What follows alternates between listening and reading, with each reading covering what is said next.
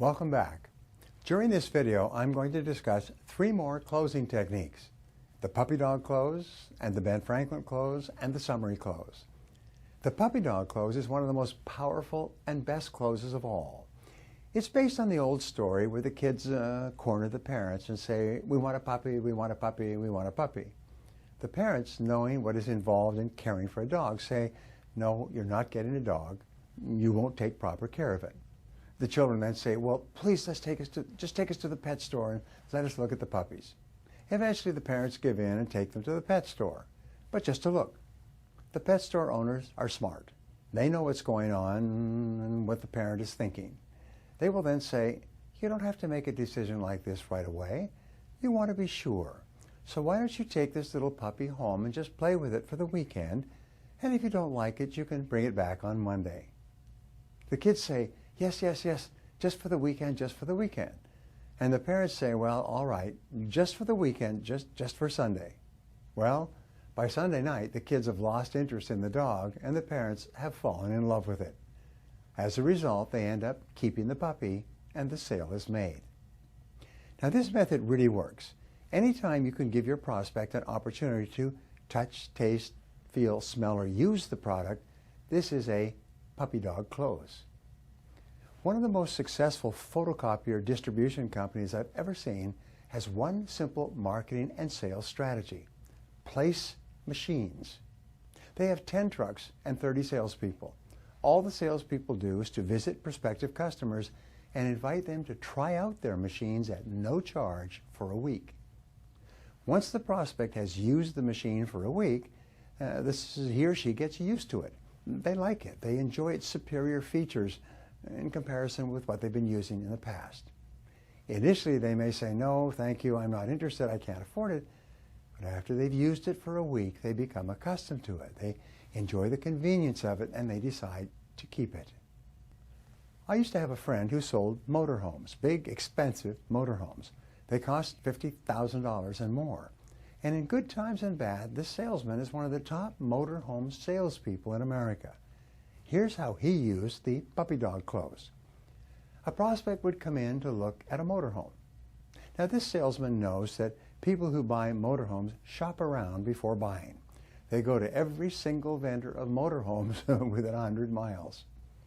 Motorhome owners and purchasers are fanatics, and they know everything there is to know about motorhomes. So when they come in, he meets with them and talks to them. He shows them through the motorhomes. He doesn't try to close them at all. He just establishes rapport with them. He tells them his name, and he learns their names. He gives them his business card. He gets their address and phone number. He says, "We have a newsletter on motorhomes, and we'll put you on the mailing list." The next weekend, he phones them at about 10 or 11 o'clock Saturday morning. Now, where are most people at 10 o'clock or 11 o'clock Saturday morning? They're at home.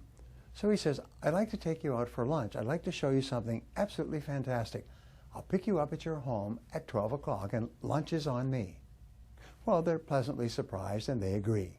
At 12 o'clock noon, he drives up in front of their home in a big, beautiful $50,000 motorhome. He invites them to get in and tells them he has something neat to show them. Of course, they're a little curious. He then drives them to a beautiful park just outside the city that he lives in. The park has long, sloping hills and a lake. There are ducks and geese swimming in the lake. There are trees on the other side, and there are mountains in the distance. He pulls up in this big motorhome, swings a loop, and stops so that they can sit at the kitchen table in the motorhome, looking out the window at this beautiful view. He then says, "Sit down over here, please."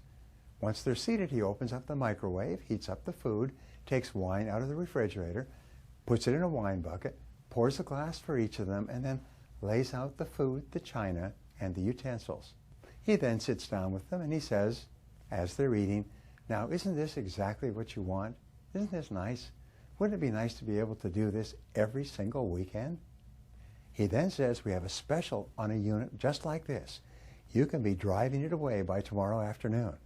Then you'll be set for the entire summer. What do you say?" With this version of the puppy dog close, he sells more motorhomes than almost anyone else in his industry. This method of selling gives people the chance to experience the product And once they've tried it out and enjoyed the benefits, they buy it. The next technique I want to explain is called the Ben Franklin close. The Ben Franklin close is one of the most powerful of all closing techniques for a very simple reason. This method closely parallels the way you and I think and make decisions in every area of our lives. We weigh the pros and cons. We look at the reasons in favor of a decision and compare them with the reasons against making the decision. The Ben Franklin close originates with Benjamin Franklin, America's first self-made millionaire. He developed the habit of making his decisions by taking a piece of paper and drawing a line down the center. He would then write all the reasons in favor of making the decision on one side of the paper and all the reasons opposed to the decision on the other side. He would then study the lists and make his decision on that basis. Whenever you are selling something complex, this is an excellent method to use. When a prospect is having difficulty making up his mind because of a variety of different factors, you say, "Mr. Prospect, let's use the Ben Franklin decision-making method." It's very simple. Ben Franklin used this, and he became one of the richest men in America making decisions on this basis. This is how it works. You take a piece of paper and draw a line down the center. You say, "Now let's write down all the reasons in favor of making this purchase decision on the left-hand side." You then start listing off all the benefits. Repeat that. You then start listing off all the benefits and advantages of your product or service. Remember we talked about this, and remember we talked about that, and we talked about this, and we talked how it does that, and it does this, and so on. And you have this, and it includes this, and so on. You have the prospect write down every single buying reason that you could think of. You restate all the good reasons for buying your product. And then you ask, "Is that everything, Mr. Prospect? Can you think of anything else?" The prospect will eventually say, "No, I think that's everything. I think that's all the good reasons." You then say, "Okay, now you fill out the other side." And you hand him the pad of paper and the pen. You then sit quietly. Now, the sharpest prospect I've ever seen couldn't think of more than 2 or 3 reasons not to buy. You then look at the list and you say, "Well, Mr. Prospect, it looks like you've made your decision." The prospect will almost invariably say, "Well, yes, I guess I have." You can then go on to wrap up the sale. I taught this close recently to a gentleman who sells and leases commercial real estate. He told me later that he had heard about this close all his life, but he had never used it. Then he found himself in a negotiation with a large financial institution involving the sale of a series of properties between 2 institutions. He had been going back and forth with these people for 3 weeks. Finally, he said, "Why don't we use the Benjamin Franklin decision-making method?" Since they had nothing to lose, they decided to give it a try. The vice president of the financial institution sat down and went through the Ben Franklin decision-making method. The salesperson told me that he followed the course word for word. After listing all the reasons in favor of proceeding, he turned it over to the vice president and said, "Now, you write the reasons opposed." The vice president could only come up with 2 or 3 reasons. The salesman then said, "Well, it looks like you've made your decision." The vice president said, "You're right, I have. Let's go with it." The salesman made about $50,000 commission on that sale.